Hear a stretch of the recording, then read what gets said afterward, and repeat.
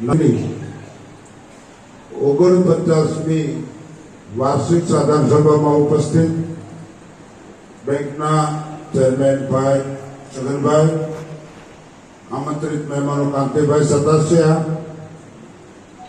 સમગ્ર director board, સભાસદ ભાઈઓ,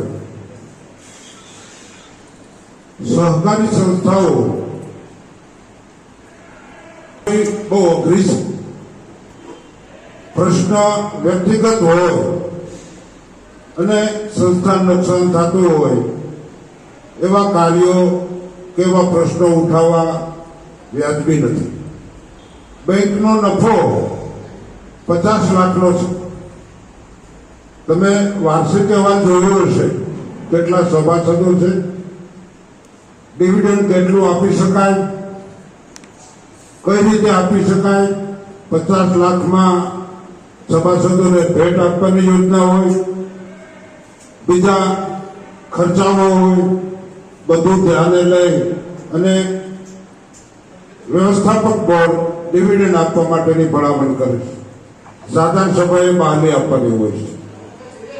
જે કોઈને કઈ પ્રશ્ન હોય તો એજન્ડામાં ચોખ્ખું લખ્યું છે કે તમારે 5 દિવસ અગાઉ લેખિતમાં તમારા પ્રશ્નોની રજૂઆત કરવી. એ રજૂઆત તમે કરેલી હોય તો વ્યવસ્થાપક બોર્ડ એ બાબત વિચારી શકે, તમને જવાબ પણ આપી શકે. સાધારણ સભામાં આજે જ તમે પ્રશ્ન માંગો, પ્રશ્ન મૂકો અને એનો ઉકેલ આવી શકે એ શક્ય નથી.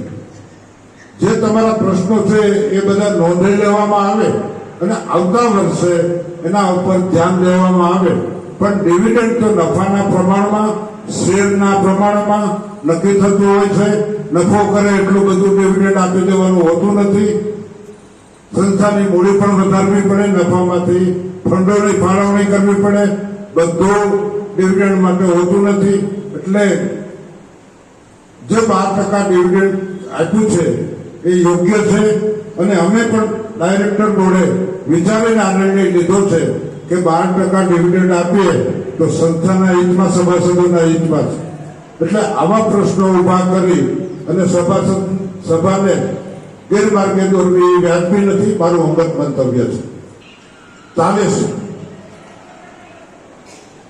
સ્થાનિક મેનેજર, ધારી શાખાના મેનેજર, વિસાવદર શાખાના મેનેજર, તમારા કોઈ પણ પ્રશ્ન હોય તો તમે રજૂ કરી શકો. અહીંયા આવીને કોઈ વિક્ષેપ કરવો મારી દ્રષ્ટિએ વ્યાજબી નથી. સંસ્થા આપણી સૌની છે. ડિરેક્ટર બોર્ડ તમે મૂકેલા સભ્યો છે.